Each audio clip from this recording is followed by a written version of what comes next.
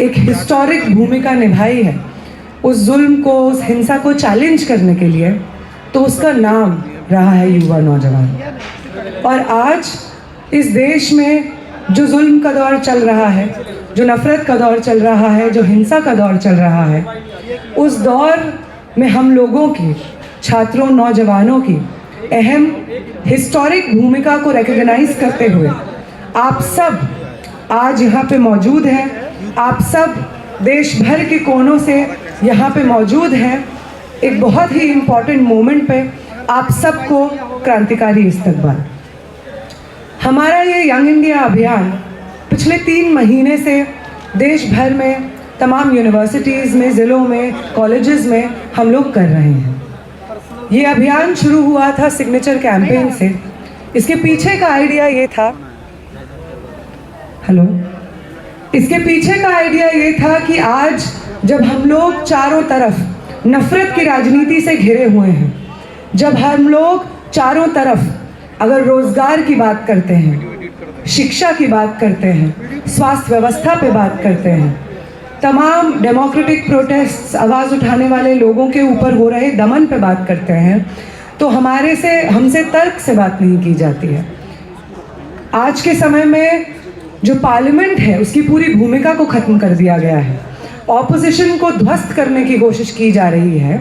और अभी आने वाले चुनाव में इंडियन कॉन्टेक्स्ट में हम देखते हैं कि जब से भाजपा की सरकार पावर में आई है, पिछले 10 सालों से जिस राज्य में इलेक्शन होता है, जब भी लोकसभा का इलेक्शन शुरू होता है, हम देखते हैं उन्माद का माहौल फैलाने की कोशिश की जाती है, नफ़रत फैलाने की कोशिश की जाती है। अभी जब हम लोग 2024 के चुनाव की तरफ बढ़ रहे हैं, 2024 का चुनाव हमारे सामने, हमारे दरवाजे पे दस्तक दे रहा है, हम देखते हैं फिर से वही नैरेटिव फैलाने की कोशिश की जा रही है। हम देखते हैं कि धर्म का सहारा लेकर के इस देश की जनता को बांटने की कोशिश की जा रही है। हम देखते हैं कि जाति का नाम लेकर भाजपा सरकार सिर्फ वोट बटोरती है, और उसी के सरकार में पिछले 10 सालों में जातिगत वायलेंस, हिंसा अपने चरम पे है। हम देखते हैं कि तमाम छात्रों, युवाओं को दंगे करवाने के लिए जो सरकार सड़कों पे उतारती है, सड़कों पे उतरने को मजबूर करती है, उन्माद, नफ़रत फैलाती है, वही सरकार से जब हम पूछते हैं कि शिक्षा का क्या हिसाब है, पिछले 10 सालों में आप कितनी नई यूनिवर्सिटियाँ खोले हैं, पिछले 10 सालों में स्कॉलरशिप का क्या हाल है, पिछले 10 सालों में कितने ऐसे लोग हैं जो गांव देहात से आकर के, वंचित तबकों से आकर के यूनिवर्सिटी कॉलेजेस में दाखिला ले पाए हैं। जब हम ये तमाम सवाल पूछते हैं तो हमें एंटी नेशनल बोल करके चुप कर दिया जाता है, हमें ऑपोजिशन बोल करके चुप कर दिया जाता है। हमें ये बोला जाता है कि आप चाइना से पैसा लेते हैं, अमेरिका से पैसा लेते हैं, कांग्रेस आपको फंड करती है, हमको चुप करवाया दिया जाता है। और इस सब के खिलाफ, इस सब तमाम भटकाव के खिलाफ, इस तमाम नफ़रत के खिलाफ हमारा ये यंग इंडिया का कैंपेन 3 महीना पहले शुरू हुआ था। और इस कैंपेन में हम लोग देश भर में अलग अलग राज्यों में घूम करके स्टूडेंट से सिग्नेचर इकट्ठा करते हैं। लाखों की तादाद में लोग सिग्नेचर अपना करते हैं और बोलते हैं कि इस बार जब चुनाव होगा, इस बार जब हमसे सरकार वोट मांगने आएगी, तो हम उनसे ये नहीं पूछेंगे कि मंदिर और मस्जिद का क्या हुआ, हम उनसे ये नहीं पूछेंगे कि कितने देशों में घूम घूम करके आप यात्रा किए हैं, हम उनसे ये नहीं पूछेंगे कि जाति के आधार पर आप कितने लोगों को कहाँ कहाँ बिठाए हैं, आप ओबीसी प्राइम मिनिस्टर हैं तो हम आपकी सराहना करते हैं, हम ये नहीं पूछेंगे। हम पूछेंगे कि पिछले 10 सालों में शिक्षा और रोजगार पर आप क्या किए हैं। हम उनसे हिसाब मांगेंगे कि पिछले 10 सालों में यहाँ के जो छात्र, युवा हैं, जिस तरीके का दमन झेल रहे हैं, उसका हिसाब कौन देगा। और इसी मुहिम में हमारी सिग्नेचर कैंपेन पूरा 2 महीना चलती है। दिसंबर और जनवरी के दोनों महीने हम लोग ये सिग्नेचर कैंपेन चलाते हैं, और फरवरी के महीने में एक मास लेवल पे राष्ट्रीय रेफरेंडम हम कराते हैं। 55 से ज़्यादा यूनिवर्सिटीज़ में पूरे देश भर में ये रेफरेंडम होता है।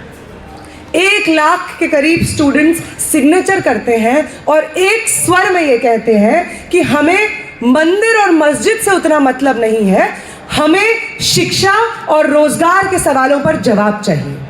एक स्वर में स्टूडेंट्स कहते हैं कि इस बार का लोकसभा का चुनाव अगर लड़ा जाएगा तो वो कॉन्क्रीट शिक्षा और रोजगार के मुद्दों पे लड़ा जाएगा। और एक स्वर में ये डिक्लेयर करता है यंग इंडिया, इस देश के नौजवान, इस देश के छात्र डिक्लेयर करते हैं कि क्योंकि आने वाले चुनाव में हम लोग देख रहे हैं कि दिल्ली के बॉर्डर पे किसान संघर्ष कर रहे हैं अपने हितों के लिए। यंग इंडिया की तरफ से एक आवाज़ जाती है कि एक तरफ जहां दिल्ली के बॉर्डर्स पे किसान, इस देश भर के किसान आकर के संघर्ष कर रहे हैं, पुलिस दमन का सामना कर रहे हैं, वहीं दिल्ली के अंदर से जो छात्र नौजवान हैं वो भी एक स्वर में शिक्षा और रोजगार के मुद्दों पर यहाँ पे खड़े होंगे और अपनी बात रखेंगे, मोदी सरकार के खिलाफ अपना एक एजेंडा सेट करेंगे। और इसी लाइन को लेते हुए हमने दिल्ली चलो का एक कॉल दिया। हमारी एक ही मांग है, हम लोग यहाँ पे इकट्ठा होकर एक स्वर में यही कहना चाहते हैं कि 2024 का जो चुनाव होगा उसमें फिर से हमें जुमले ना बताए जाएं, उसमें फिर से हमें 2 करोड़ नौकरियां, नई नौकरियां देने का वादा करके जैसे ही चुनाव खत्म होता है उस पर यू टर्न न लिया जाए। हमें यूनिवर्सिटी स्कूल्स प्रॉमिस करके जैसे ही चुनाव खत्म होता है उस पर चुप्पी ना साध ली जाए। हमारी डिमांड है कि इस बार जो 10 साल से हमें जुमले सुनाए जा रहे हैं उसका हिसाब हो। पिछले 10 साल से जो नफरत फैलाई जा रही है राजनीति के नाम पे वो खत्म हो। और छात्र युवा यहाँ पे दिल्ली में इकट्ठा हुए हैं, किसानों के साथ सॉलिडारिटी में भी इकट्ठा हुए हैं। हम सब जानते हैं कि जो हमारा इनिशियल कॉल था वो एक रैली का कॉल था जो हम लोग जंतर मंतर पे करने वाले थे, लेकिन आज हम यहाँ पे हैं, सुरजीत भवन पे इकट्ठा हैं क्योंकि पूरे दिल्ली में 144 लगा दिया गया है। ये सोचने की बात है कि वो अन्नदाता जिनका नाम लेकर के, जिनके बारे में जय जवान जय किसान का नारा लगा करके चुनाव के वक्त यही भाजपा की सरकार वोट बटोरती है, अब वो अन्नदाता इस देश का नागरिक होने के नाते जब दिल्ली जो देश की राजधानी है उसकी तरफ कूच करना चाहता है अपनी मांगों को लेकर के, तो उसको दिल्ली के अंदर नहीं घुसने दिया जा रहा है। हम देख रहे हैं कि इतना कम समय हुआ है, अभी जब शुरू हुआ है किसान आंदोलन और 2 लोगों की मौत हो गई है। हम देख रहे हैं कि वो तमाम किसान जो इस वक्त दिल्ली की सरहद पे खड़े हुए हैं, एमएसपी की डिमांड को लेकर, अपनी तमाम डिमांड, अपने हक की डिमांड को लेकर, ज़मीन की डिमांड को लेकर, फसल को बचाने के लिए अपनी डिमांड को लेकर दिल्ली के बॉर्डर्स में इकट्ठा हुए हैं, उनके ऊपर पैलेट गन की बौछार की जा रही है, उनके ऊपर टीयर गैस के गोले फेंके जा रहे हैं। इतना दमन उनको आज झेलना पड़ रहा है और दिल्ली से कहीं दिल्ली की जनता उनके समर्थन में न उठ खड़ी हो, इसको इंश्योर करने के लिए पूरे दिल्ली भर में 144 की धारा लगा दी गई है। हम स्टूडेंट्स जब पुलिस के पास जाते हैं इंटीमेशन लेटर लेकर के कि हम लोग 28 तारीख को एक रैली करना चाह रहे हैं शिक्षा और रोजगार को लेकर के, तो हमें परमिशन नहीं दी जाती है। ये सरकार इतना डरती है उस तमाम तबके से जो आज सवाल कर रही है, जो भाजपा सरकार से पिछले 10 सालों का हिसाब मांग रही है, उसके जुमलों का पर्दाफाश कर रही है, उस तमाम तबके पे, तमाम स्टूडेंट्स पे, किसानों पर, नौजवानों पर इस वक्त दमन हो रहा है। जंतर मंतर पहले दिल्ली भर में हर जगह में हम प्रोटेस्ट करते थे।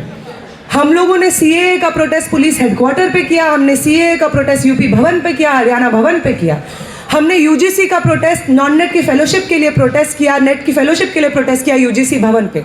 हमने दिल्ली के चप्पे चप्पे पे अपना हक मांगने के लिए प्रोटेस्ट किया है।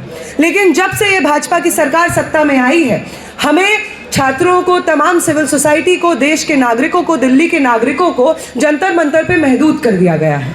और आज जब 2024 के इलेक्शन आने वाले हैं, उनके जो पीआर कैंपेन है उस पर कोई लालछन ना लगे, उनका जो छवि है उस पर कोई सवाल ना उठे, इसके लिए आज हम सब के सामने जंतर मंतर के भी दरवाजे बंद कर दिए गए हैं। इस मंच से, यंग इंडिया के मंच से हम इसकी कड़ी निंदा करना चाहते हैं और बोल देना चाहते हैं भाजपा सरकार को कि जो ये प्रतिरोध है इसका हक हमें संविधान देता है। कोई दिल्ली की पुलिस, कोई भाजपा की सरकार ये हक हमसे छीन नहीं सकती है। इस देश के नागरिकों का हक जब छीना जाएगा, इस देश के कोर्ट्स, इस देश का संविधान ये इंश्योर करता है, हमें हक देता है, राइट देता है कि हम अपने हकों के लिए प्रोटेस्ट कर सके, और इस प्रोटेस्ट को हम करके रहेंगे। जिस कोने से हमें बेदखल किया जाएगा, हम दिल्ली के दूसरे कोने में वो प्रोटेस्ट करेंगे। किसानों के साथ में समर्थन देते हुए हम प्रोटेस्ट करेंगे, शिक्षा और रोजगार की मांग करते हुए हम ये प्रोटेस्ट करेंगे। इसी के साथ हम लोग इस सभा को शुरू करना चाहेंगे। वो तमाम छात्र संगठन के लोग जो आज यहाँ पे आए हैं यंग इंडिया के बैनर के तले, हम उनको क्रांतिकारी इस्तकबाल करते हैं। वो तमाम पॉलिटिकल पार्टीज़ के लोग जो 2024 के चुनाव में इस महत्वपूर्ण बात को समझते हैं कि भाजपा को हराने के लिए हम सबको आज एक मंच पे एक साथ आना होगा, एक यूनाइटेड फ्रंट बनाना होगा, उन सबको इसी यंग इंडिया के मंच की तरफ से क्रांतिकारी इस्तकबाल। आज इस सभा में शामिल होने के लिए आप सबको क्रांतिकारी इस्तकबाल और आप सबका हम लोग स्वागत करते हैं।